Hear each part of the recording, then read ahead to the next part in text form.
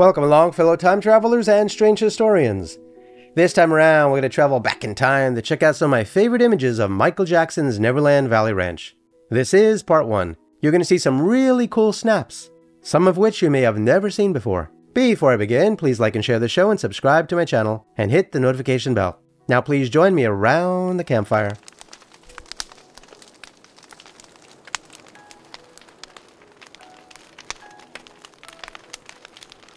Michael Jackson was not the original owner of the estate that he named Neverland Valley Ranch.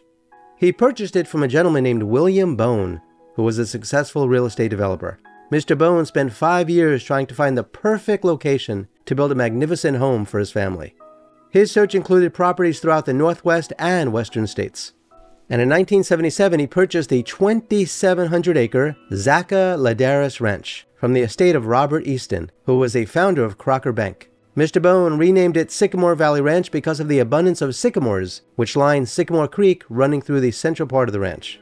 Prior to 1977, the ranch itself was undeveloped. It was being used for farming dry oats and running cattle.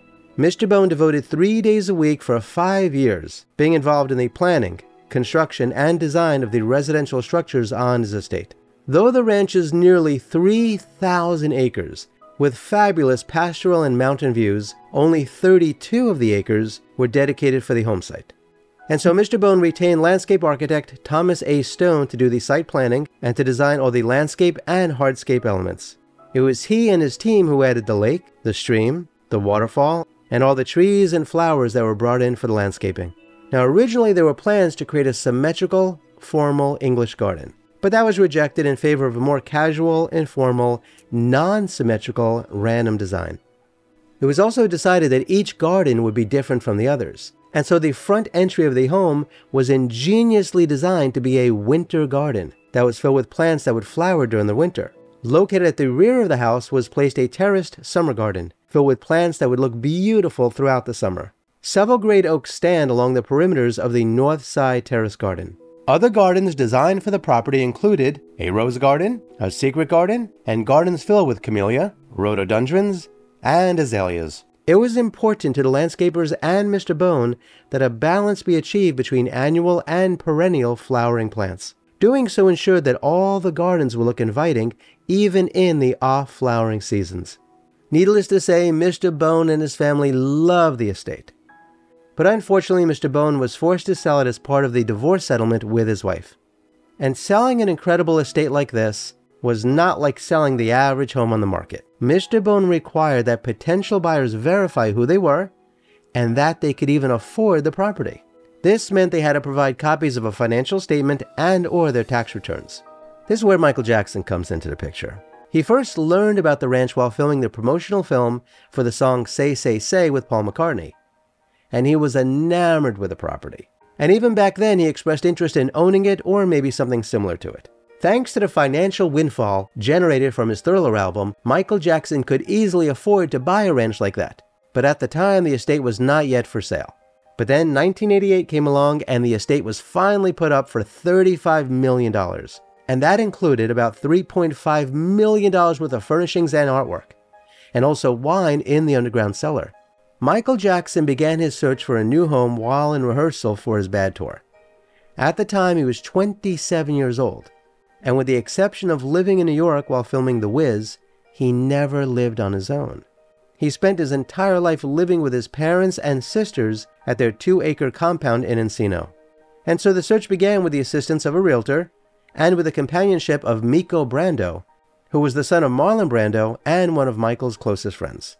Together they looked at dozens of farms and ranches north of Los Angeles, including ones owned by Johnny Mathis and Jane Seymour. But none of them met his criteria. You see, he was looking for a ranch that was going to be very private, with at least 200 acres and had no nearby neighbors, and it was suitable for farming and raising non-human animals. He also wanted to see deer walking around the property. He was not at all interested in seeing the ocean or having access to a beach.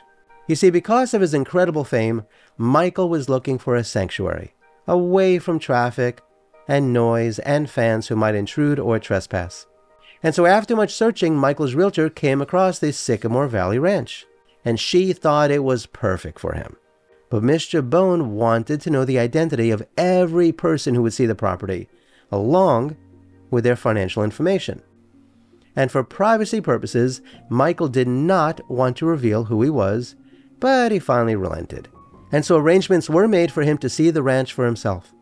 After driving 2.5 hours from Encino, Michael and those with him finally arrived and were driven around the property in a 4-wheel vehicle. Michael loved the property, and he was then shown the house, which was filled with arrangements of fresh flowers in every room. Michael and his team spent hours inspecting the interior and exterior of the house, and they asked dozens upon dozens of questions. Michael then made arrangements to return with even more of his advisors. But the next time, Michael did not drive up from Encino. Instead, he and his entourage took a helicopter, and it landed on the landing pad that Bill Bone had built on the property. Oh, by the way, there was also a runway to land small planes. After Mr. Bone gave everyone a grand tour, he agreed to let Michael and his team spend an entire week at the property, so that way he could better ascertain if it was a good fit for him. Because for the most part, the ranch was being sold turnkey. That is, with furniture and artwork and dishes and everything included, Michael's team needed to spend that time documenting everything. Bill Bone gave Michael Jackson an inventory list for all the rooms, including beautiful antiques, and sometimes even information about the history of those antiques. There was also an inventory of the wines in the cellar of the recreation building. And so Michael spent the week exploring the creeks and the springs and the gardens and the guest houses and garages and swimming pools and lakes and the surrounding acres.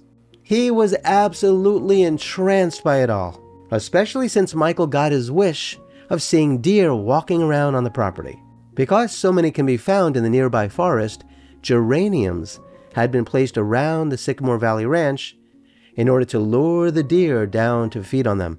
This was the place that Michael Jackson wanted to call home.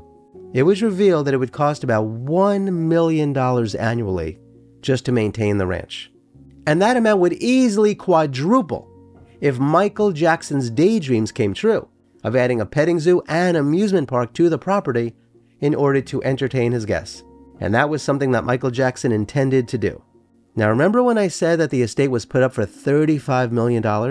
Well, after extensive negotiations, Michael Jackson eventually purchased the property for $19.5 million. At which point he renamed it Neverland Valley Ranch, after having been inspired by the fantasy island in the story of Peter Pan, the boy who never grows up. No matter what you think of Michael Jackson as a person or as an entertainer, at the time that he purchased Sycamore Valley Ranch, he simply wanted to create a place where he hoped he and his friends and family could generate priceless, joyful memories, where they could daydream in peace and serenity while surrounded by incredible natural and man-made beauty. So, what do you think of Neverland Valley Ranch? If you were rolling in dough, would you live in a place like that? You know I would. By the way, I do not know who took some of the snaps or shot some of the videos that I have shown in this show, so if you do, will you kindly let me know so I can respectfully give them the credit they deserve. At this point, I'd like to thank you for joining me on this time travel adventure to check out some of my favorite images of Neverland Valley Ranch. This has been part 1. Kindly remember to like, share, and subscribe, and hit the notification bell, because there will be more shows like this one, and I hope you check those out too. Please check out the links below to learn how to support my research and productions. Specifically, I'd really appreciate it if you could become a member of my channel and or join me on Patreon. You could also leave a super thanks in the comments below. Kindly be kind to all non-human animals and please don't eat them. They don't like that. Remember, for the benefit of compassion for all living things and their own health, all of the Beatles and other brilliant people throughout history chose a plant-based diet. And please do yourself a favor and go to a local shelter and adopt a cat or a dog, or both. You and they will be very glad that you did. Until next time, I wish you safe travels on all your journeys.